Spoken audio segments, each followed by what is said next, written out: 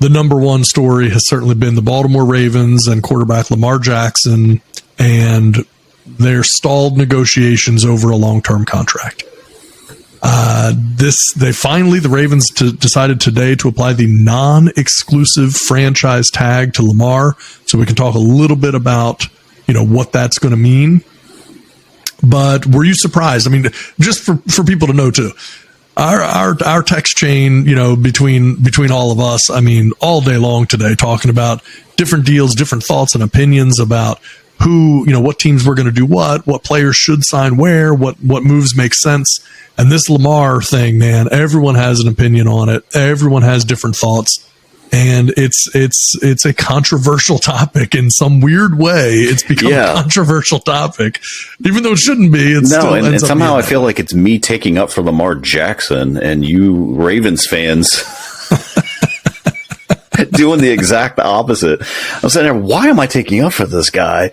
But yeah, it's amazing. That's why I actually said I wish everyone could be on the show today because, man, we do disagree a lot. We may not disagree on the show a lot, but we do have definitely some differences of opinions, and this was one of them. And I was kind of shocked at how spirited everyone was with it. But I heard it was going to be the non-exclusive, and then it was kind of like, well, it's a 50-50. Yeah, I'm a little surprised. It seems like both sides are done. And the Ravens now at this point just want the opportunity to get those 2 first-round draft picks. They're just hoping and praying that someone swoops in with an offer and is willing to give up those 2 first-round draft picks, which I think is risky. I think it's dicey. I think, me and Hefe both were on that same page today that draft picks are risky. You talked about it, this industry, you can't miss on those, and you're giving up, regardless of what you think of him, and he has been injured, hasn't been able to finish out his past 2 years.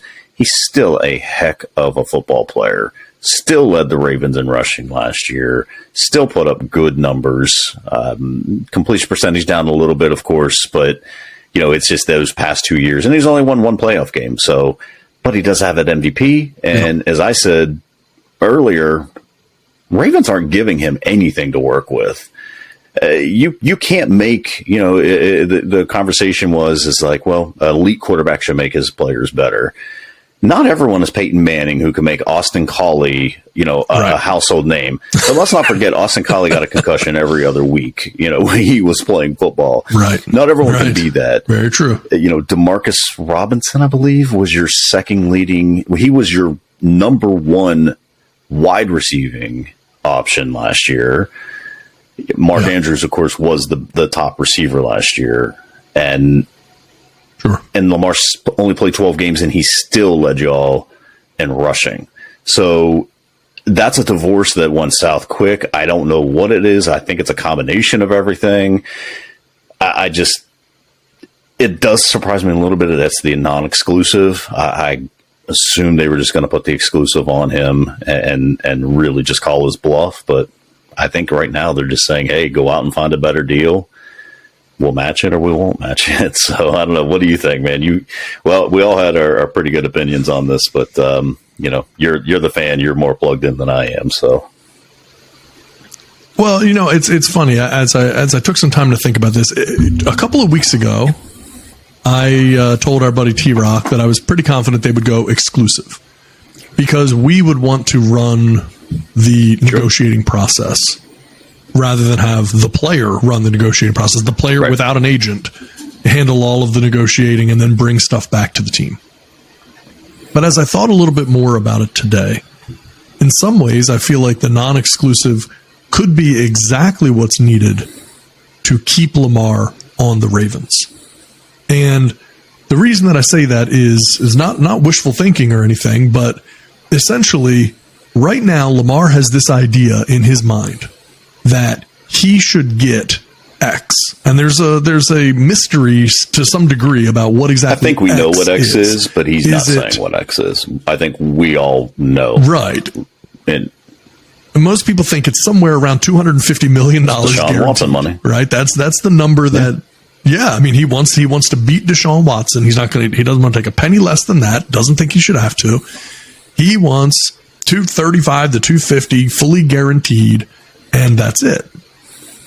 And even though he won't come out and say that's what it is, that's kind of universally what it's considered. And the Ravens offered him 200 and something with 133 guaranteed, and that was just, not good enough. The problem is, as long as he has it in his head that he could get that out there and that the Ravens are preventing that from happening by either A, not giving it to him themselves, or B, restricting that ability to go out and negotiate, then I think it naturally drives a wedge between the player and the team. But if you're in a situation where the team is able to say, hey man, go find it, like go do it. We don't think that that's realistic. But go see if you can find it somewhere else. And if you can, then come back to us and we'll talk and we'll figure out what makes sense. And if he can't, now is it still a gamble? Of course it's still a gamble, right?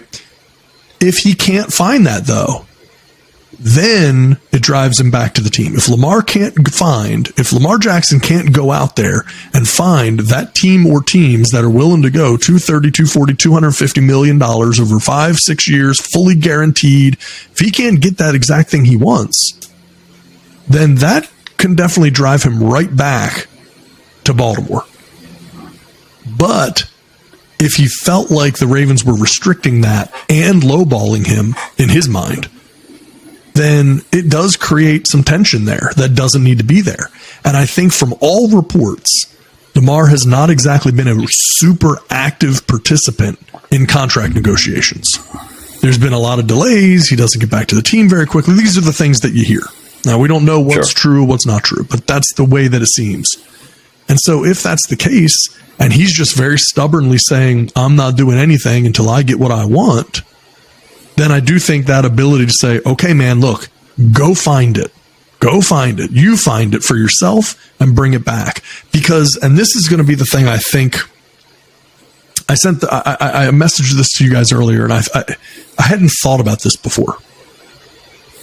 But if Lamar is able to go out there and find that team that's willing to offer him that money, to bring that back to the Ravens, and then let the Ravens work out the trade compensation, I think that could be huge, because then you have the ability to sign him and do a sign and trade where it's like, okay, great, we will sign you to this.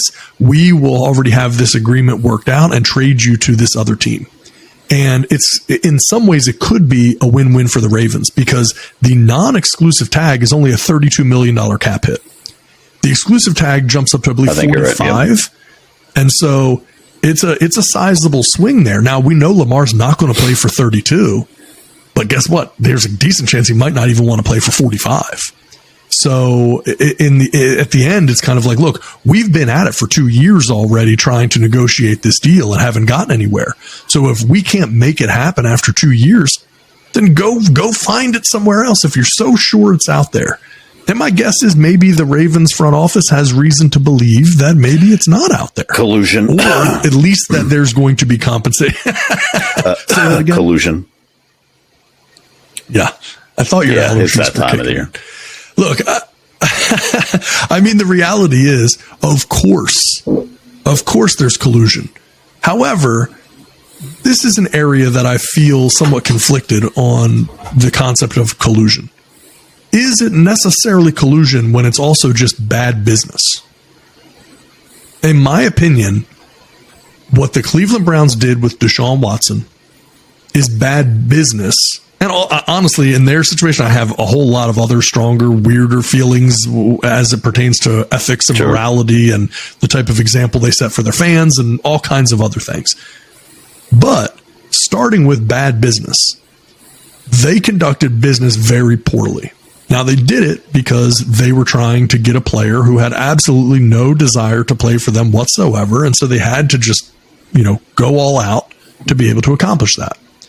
It's like the ugly guy who's trying to date the beautiful woman, right? It's like, you're going to show up with flowers. You're going to do everything she wants, whatever movie she wants to watch. What does she want for dinner? You'll cook it. Sure. You'll take care of everything because you got to make sure she's happy, right? And the Cleveland Browns were the ugly dude trying to date the beautiful woman.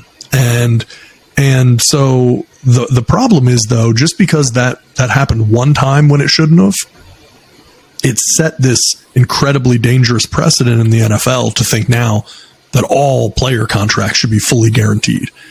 Now, I will say, we talked about this last week on the show.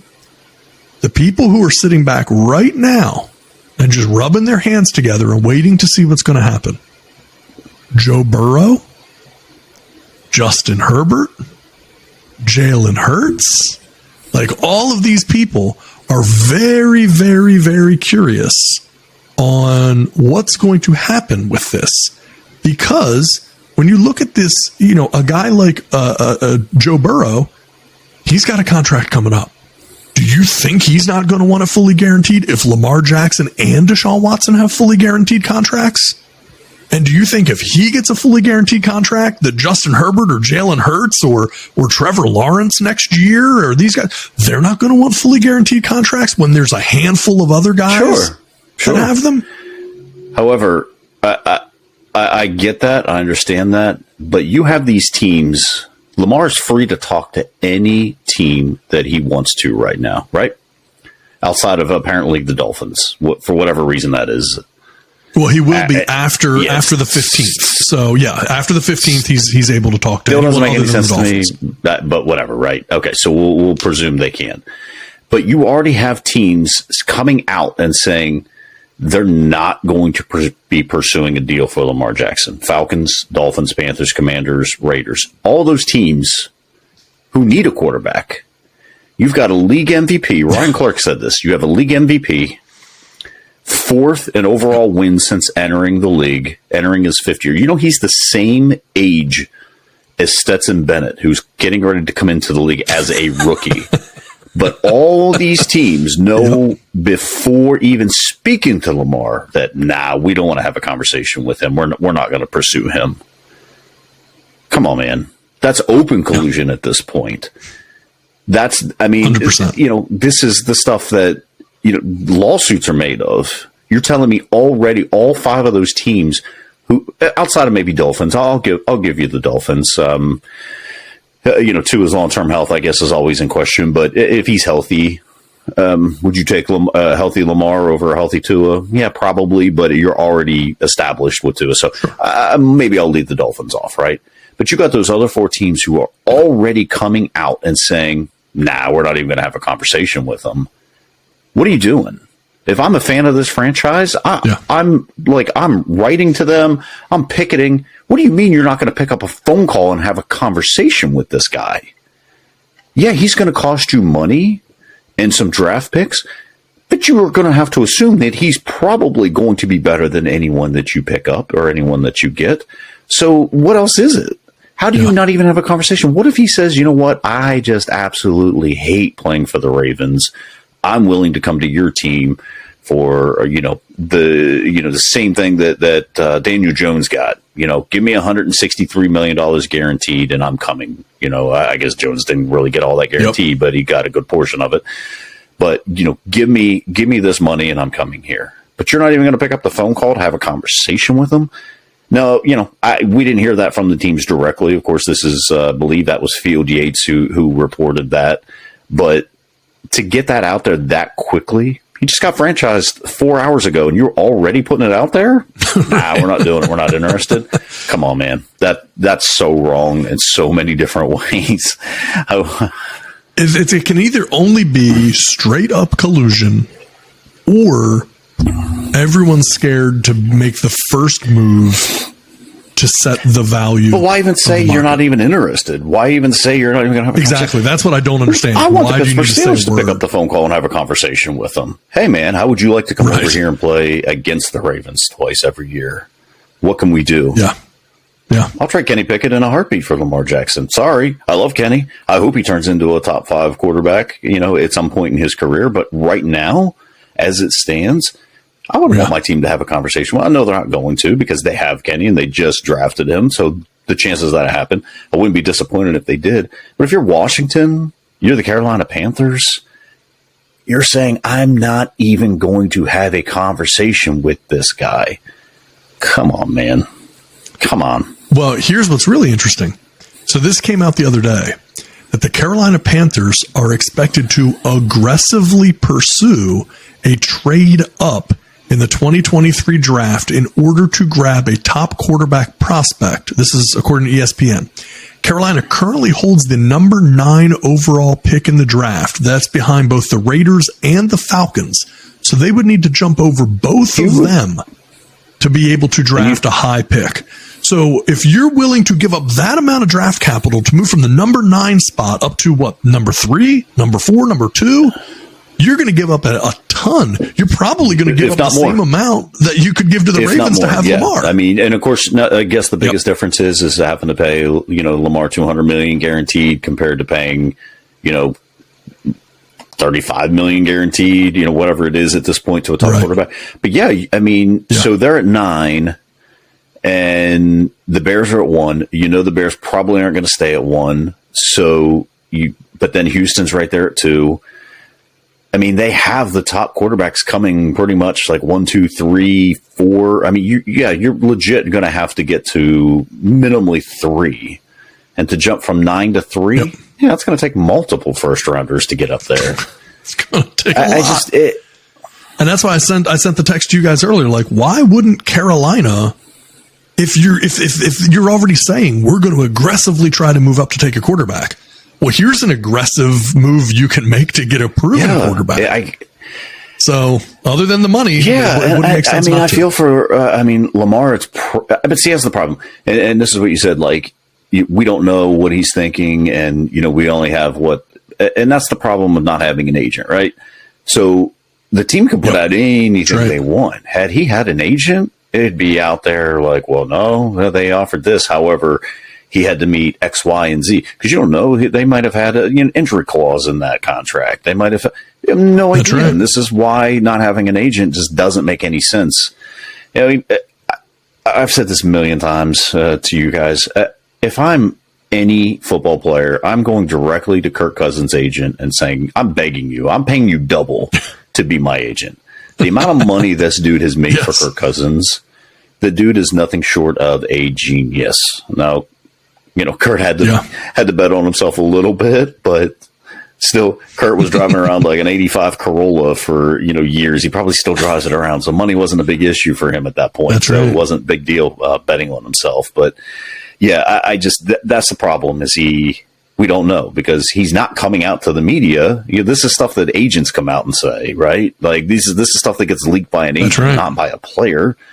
So who knows what he's thinking or what he really wants? Maybe he doesn't want that much money, but that's just what the team's putting out there. So I don't know. It's going to be very interesting. And now, July 12th is when he has to sign that? I think it's July 12th. Yeah, I believe so. So he goes... And he can negotiate from March 15th till then to be able to. So then there's a whole, off-season workouts, everything.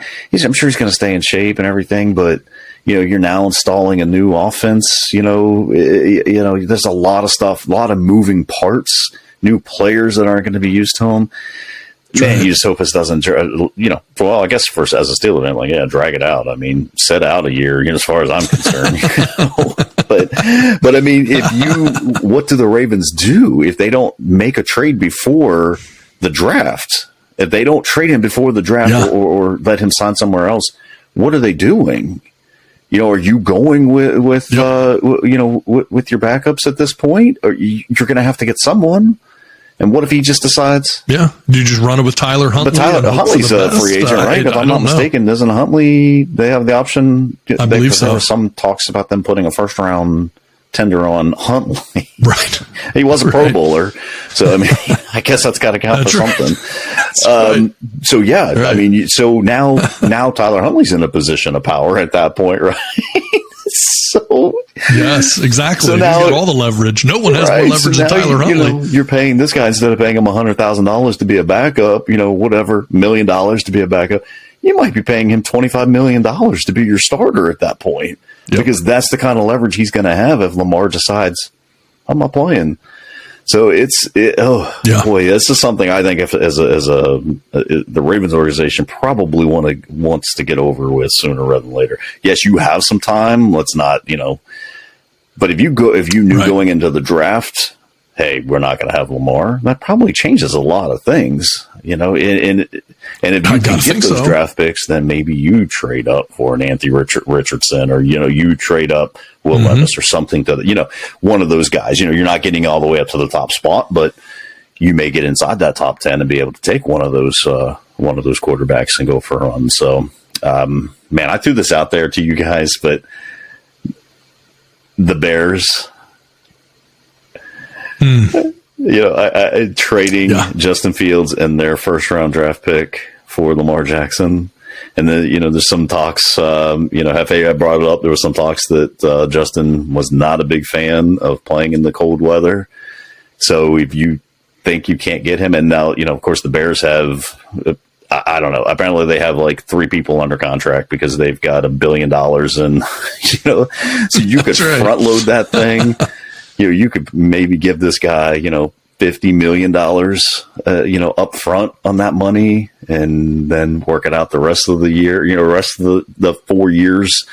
There's a lot of things you could do there. That'd be interesting. I guess it really would depend on what they think of Justin Fields and whether or not they think they can even re-sign him after his rookie contract's up. So, right.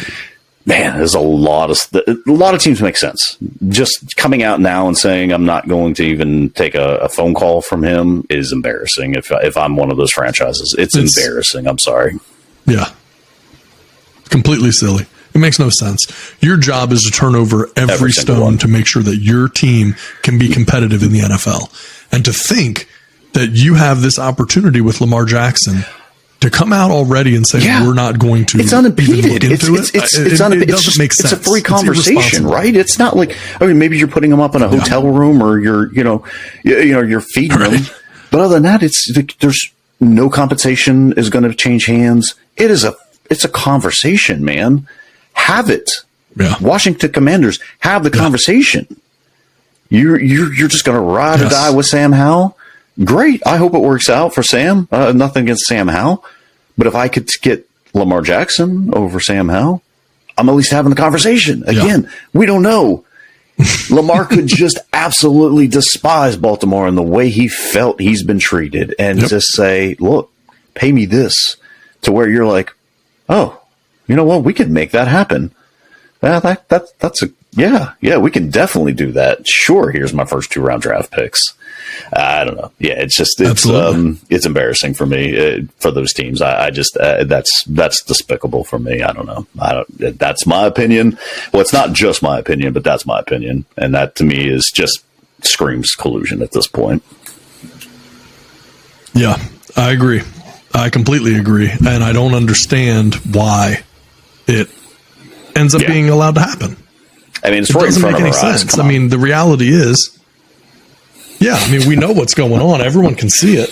And instead, you just pretend that it's not happening. I don't understand that line of thinking to say, and again, like we just talked about, every single team has a responsibility to find ways to get better. And this is an opportunity. So you have to take advantage of it. Yeah. You interested? No? All right, cool. You try. Put it out there. Problem solved. Yeah, we had a conversation, didn't work out. And then your team's like, oh, man, we're trying to get better. Right. Whatever, man.